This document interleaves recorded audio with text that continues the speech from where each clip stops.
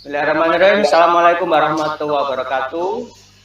Waalaikumsalam warahmatullahi wabarakatuh. Selamat malam Bapak Ibu hebat semua seluruh tanah air. Selamat malam. Bagaimana kondisi Selamat malam, Pak. Selamat malam Bapak. Ya, semua Bapak Ibu malam ini Bapak Ibu Alhamdulillah sehat semua. Agak pusing dikit ya Pak. Di Jawa, ya di Jawa Timur ini, Pak Taufik pusing. Kebetulan Iya, ini di Pak. Jawa Timur ini coronanya lagi menggila, Bapak. Ada istilahnya PKKM di sini, jadi kabar rumah sakit ini pada full semua, juga sudah tidak menerima pasien untuk di UGD. Jadi mohon Bapak Ibu untuk betul-betul menjaga imun dan imannya masing-masing, supaya di kegiatan kita diberikan ini Pak, apa namanya, kemudahan lancar gitu Pak. Nah, sebelum kita mulai, marilah kita berdoa dulu.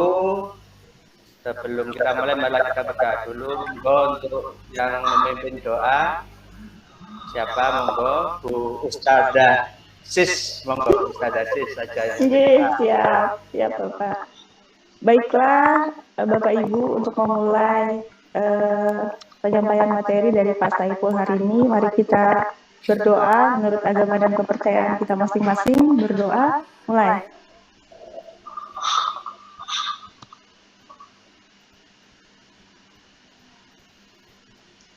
Selesai. Terima kasih Bu Sis atas waktunya. Selanjutnya saya akan nanti menjelaskan Bapak Ibu materi hari ini, yaitu tentang profil pelajar Pancasila atau disingkat P3 ya. Jadi ini nanti sebelumnya saya ingin tahu Bapak Ibu yang ada di sini kira-kira punya gambaran enggak tentang kata-kata profil pemuda Pancasila. Pelajar Pancasila Pak, bukan pemuda Pak. Profil pelajar Pancasila. Oh maaf Pak. Berarti kalau saya rubah kata-katanya berarti nyimak Pak Taufik sama Pak Suroso ya. Iya. Berarti fokus Mas Jan. Monggo ada pendapat Pak, monggo Bapak Ibu yang apa? P3 ini apa kira-kira? Pak Taufik, monggo Pak Taufik. Monggo Taufik untuk pendapatnya apa itu? Mohon maaf Pak, masih lupa saya hidupin tadi. Jadi kalau menurut saya Pak, yang namanya pelajar Pancasila kalau menurut saya satu bisa jadi namanya Pancasila kan diutamakan yang pertama adalah ketuhanan yang Maha Esa.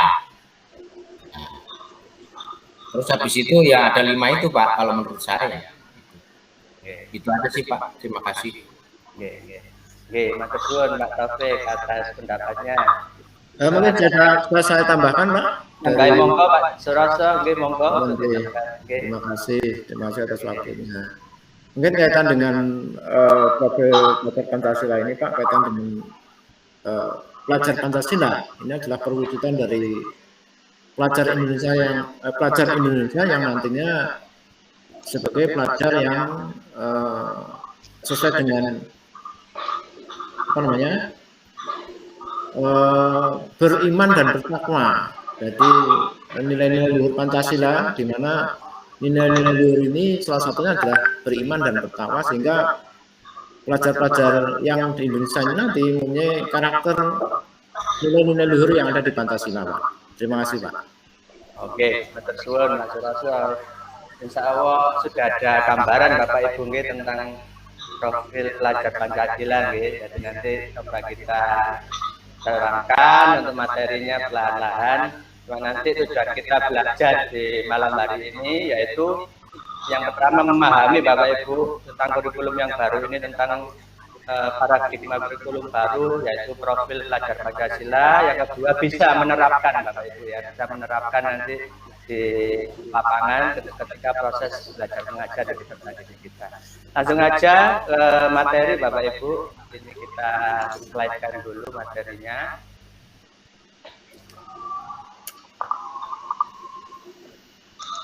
Lanjut.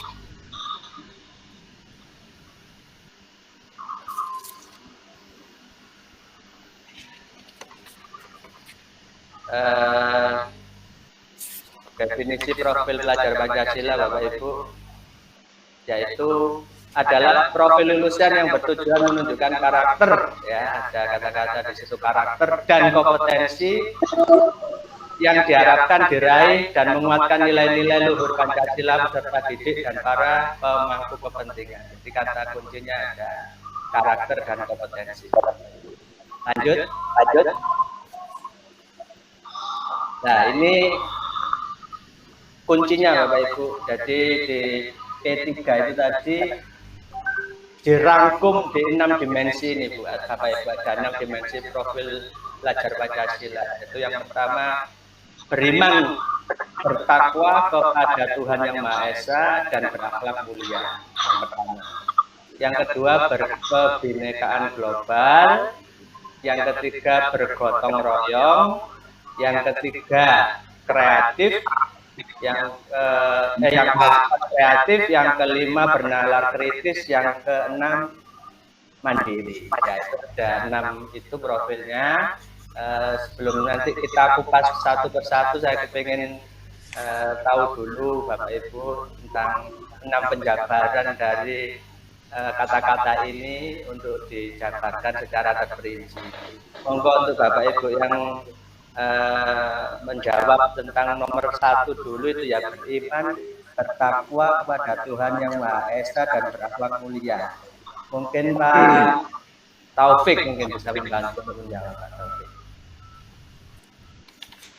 Ya, terima kasih Pak atas kesempatannya. Jadi kalau menurut saya yang namanya beriman dan bertakwa kepada Tuhan Yang Maha Esa dan berakhlak mulia itu kita sebagai manusia itu memang perlu menanamkan yang namanya iman dan takwa serta berakhlak mulia, dan mungkin nanti bisa diterapkan di dalam bagaimana sikap dan perilaku kita di dalam mungkin belajar, bekerja dan sebagainya. Kalau itu menurut saya Pak. Terima kasih Pak. Matur suwun pendapatnya Pak Taufik. Ada lagi tambahan Bapak Ibu kira-kira untuk yang beriman dan bertakwa? Ada Pak. Oke. Halo. Monggo Pak Tri, silakan monggo Pak Tri. Terima kasih Pak Saiful.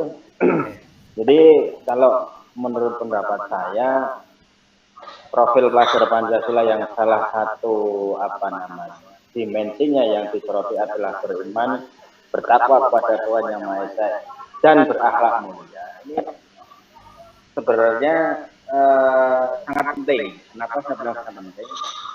Pernah ada satu kejadian gitu. Ketika anak-anak ini diberikan ujian teks, kita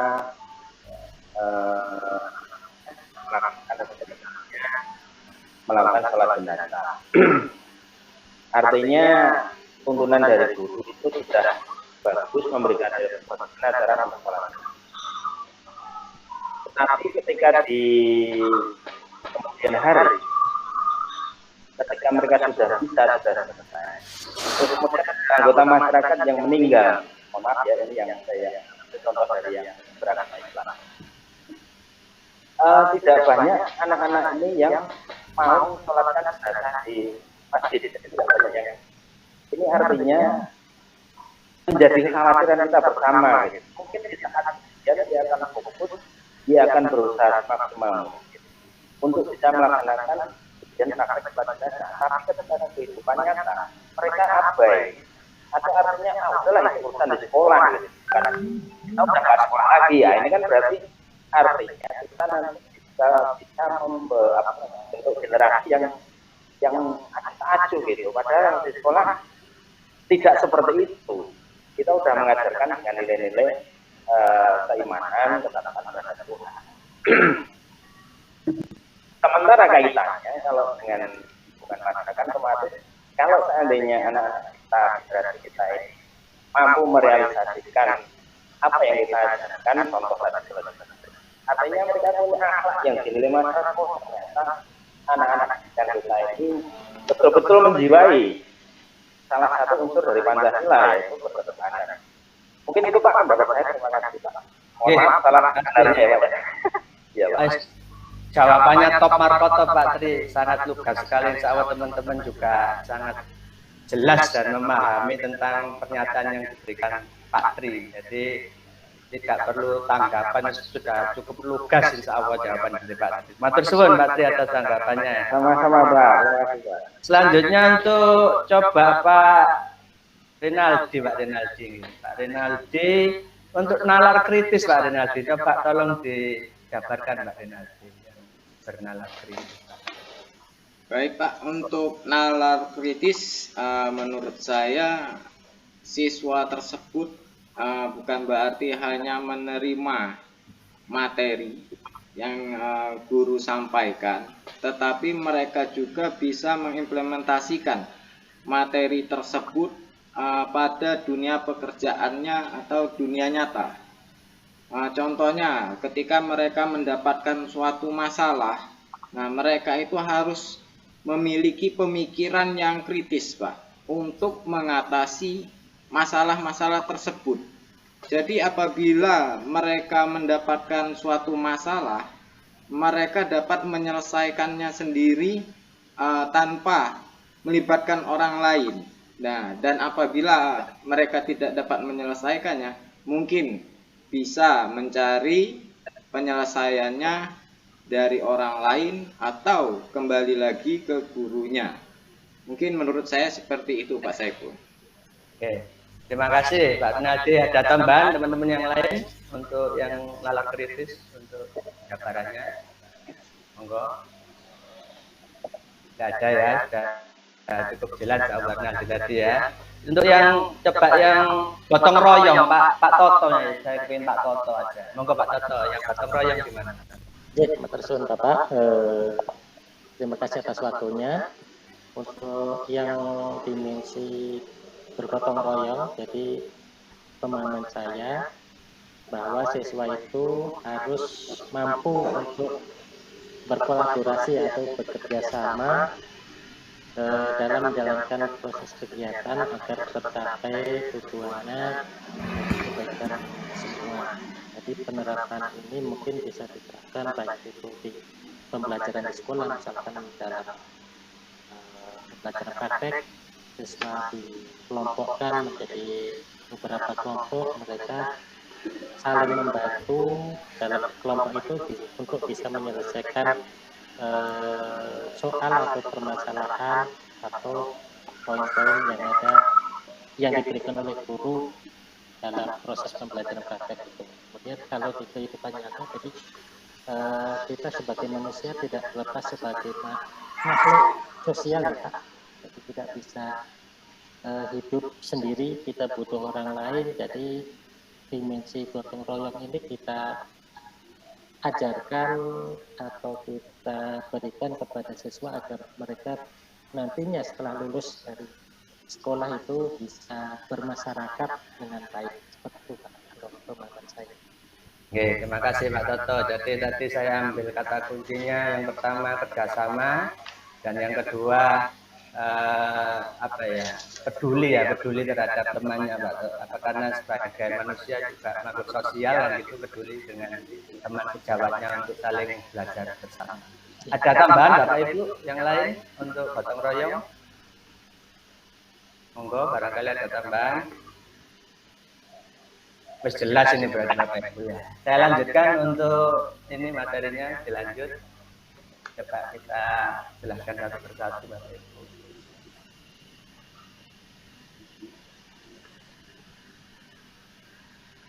Yang pertama, beriman dan bertakwa kepada Tuhan Yang Maha Esa, beragam mulia itu.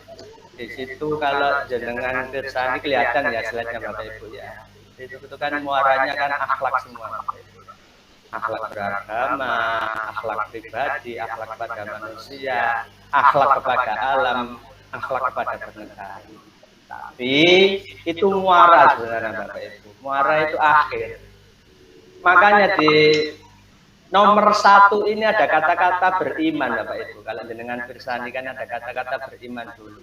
Nah ini beriman ini kalau di ajaran saya yaitu di Islam itu adalah kepercayaan, percaya, tauhid istilahnya itu tauhid, percaya, yakin bahasanya yakin. Kalau di kita kan ada 6 rukun iman itu ya, kepada Allah, kepada Rasul dan sebagainya. Jadi yakin dulu bahwasanya kita itu punya Tuhan yang ada gitu kan. Yang kedua bertakwa. Di situ ada kata-kata takwa. Kalau penjabaran di takwa itu di kita itu istilahnya itu aplikasi dari keimanan itu gitu loh. Jadi semacam muamalah, ibadah muamalah. Contohnya sholat, kalau anak-anak itu ya sholat, terus puasa, itu namanya takwa, menjalankan sesuatu yang diperintahkan dan menjauhi sesuatu yang dilarang. Jadi anak-anak itu menurut agamanya masing-masing, yang diperintahkan agamanya apa, yaitu dia menjalankan. Yang tidak diperintahkan ya otomatis dia tidak boleh untuk menjalankan. Kalau kedua unsur itu iman dan takwa itu terpenuhi, akan Bapak Ibu menghasilkan muaranya yaitu akhlak. Akhlak itu muaranya. Makanya banyak di sekitar kita kan jungkir balik, misalnya sholat, tapi kok akhlaknya tidak bagus, sesama teman kok saling gibah ya, istilahnya ngerasani ya Bapak Ibu ya. Kalau di Jawa itu istilahnya ngerasani, terus caci maki ya, berarti ada yang salah tanda kutip di keimanan dan ketakwaannya itu Bapak Ibu. Berarti ada yang salah. Tapi kalau iman dan takwanya betul, insya Allah akhlaknya juga terpenuhi. Itu yang pertama. Yang kedua adalah berkebinekaan global, yaitu mengenal dan menghargai budaya, komunikasi antar budaya, refleksi, dan berkeadilan sosial. Ini aplikasinya di lapangan Bapak Ibu. Siswa itu biasanya kan tidak semuanya itu sesama ras ya atau suku. Kalau di saya paling dekat sini Jawa Timur adalah misalnya Madura misalnya. Itu anak-anak itu gitu. Jadi ada anak Madura dan anak Jawa lah itu harus saling ini Bapak Ibu apa namanya menghargai gitu, saling menghargai. Kadang bahasa Maduranya ya keluar tak carok gitu lah. Yang bahasa Jawanya juga harus ngimbangi istilahnya, enggak boleh. Oh, Madura enggak boleh seperti itu Bapak Ibu. Jadi harus saling menghargai, menghormati antar kebudayaan berkebinekaan global karena punya adat sendiri. Terus yang ketiga gotong royong. Di gotong royong itu kata kuncinya ada kolaborasi, kepedulian, berbagi. Betul yang disampaikan oleh Pak Toto tadi. Jadi kuncinya itu ada dua sebenarnya di gotong royong, kolaborasi dan peduli Bapak Ibu. Jadi harus sama-sama ketika praktek ya, sama-sama bekerja, tapi ya peduli. Satu kelompok itu ada yang nggak tahu ya dikasih tahu. Istilahnya bukan bergotong royong itu cuntuan gitu bukan, tapi memberi pendampingan, memberikan apa ya istilahnya, didampingi untuk anak itu bisa agar temannya itu bisa gitu loh, didampingi sampai bisa. Kan tidak mungkin guru ngajari satu persatu lah. Ini dalam satu tim kelompok itu misalnya 5 anak atau 4 anak kelompok belajar kelistrikan, yang satu tidak bisa, yang satunya mendampingi atau peduli dengan temannya yang belum bisa tadi sampai bisa. Tuh contohnya. Selanjutnya lanjut mandiri ya, mandiri di sini pemahaman diri dan situasi regulasi diri. Jadi kalau mandiri ini ya kesadaran akan dirinya sendiri. Terus kalau contohnya di lapangan anak-anak itu misalnya di kegiatan belajar mengajar rambutnya panjang misalnya, ya dia harus menyadari tidak perlu ditegur, tapi dia merapikan sendiri rambutnya, misalnya seperti itu. Ini contoh yang real aja Bapak Ibu di lapangannya. Jadi tidak perlu sampai gurunya kamu tak petal loh kalau misalnya, tidak perlu. Jadi dia harus mempunyai gimana supaya dia sadar akan dirinya sendiri. Terus yang selanjutnya bernalar kritis, yaitu memproses informasi gagasan, menganalisis, evaluasi, refleksi. Nah, nalar kritis saya ambil 2 poin. Yang pertama yaitu menganalisa dan mengevaluasi. Ini sudah levelnya sudah berapa Bapak Ibu? C4 atau C5 itu ya, sudah dia C4 Pak. C4 ya. Ini nalarnya sudah main Bapak Ibu ya. Jadi sudah Anda disuruh A tapi nalarnya sudah main, dan juga bisa mengevaluasi. Oh, tadi saya prakteknya kurang ini, berarti dia harus menambahkan. Selanjutnya kreatif di sini menghasilkan gagasan yang original, karya, tindakan keluasan, berpikir dalam mencari alternatif solusi permasalahan.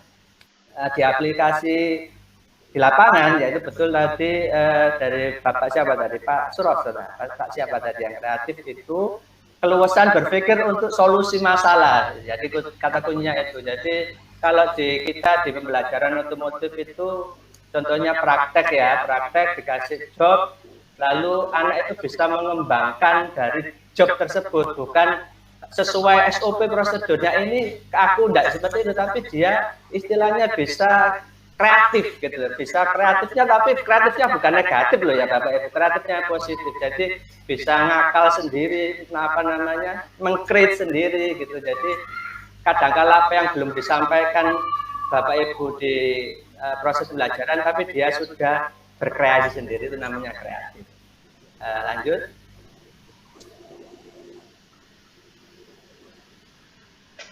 Nah, ya, jadi itu ya, jadi istilahnya tadi sudah sangat jelas semua. Jadi ini hanya di UU RI nomor 20 tentang sistem pendidikan nasional itu sudah, silakan dibaca sendiri Bapak Ibu ya, di pasal Undang-Undang nomor 20 tahun 2003 ini nanti dengan baca sendiri. Lanjut.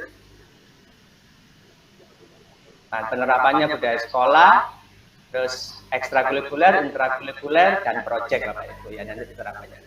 Lanjut. Nah, sekian, terima kasih. Jadi itu Bapak Ibu, jadi yang kita ambil kesimpulan di pembahasan kita tadi, coba di slide yang kedua ya, tayangan yang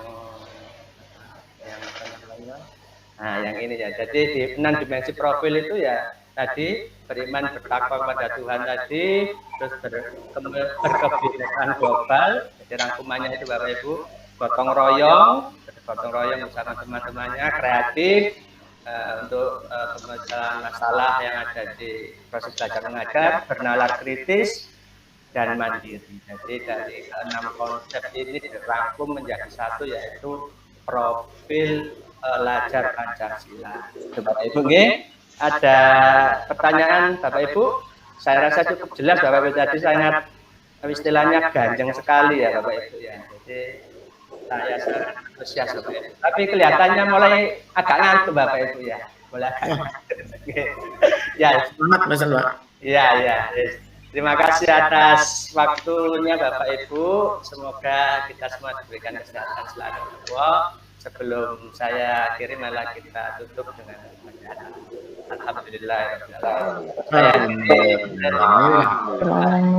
Assalamualaikum warahmatullahi wabarakatuh. Waalaikumsalam warahmatullahi wabarakatuh.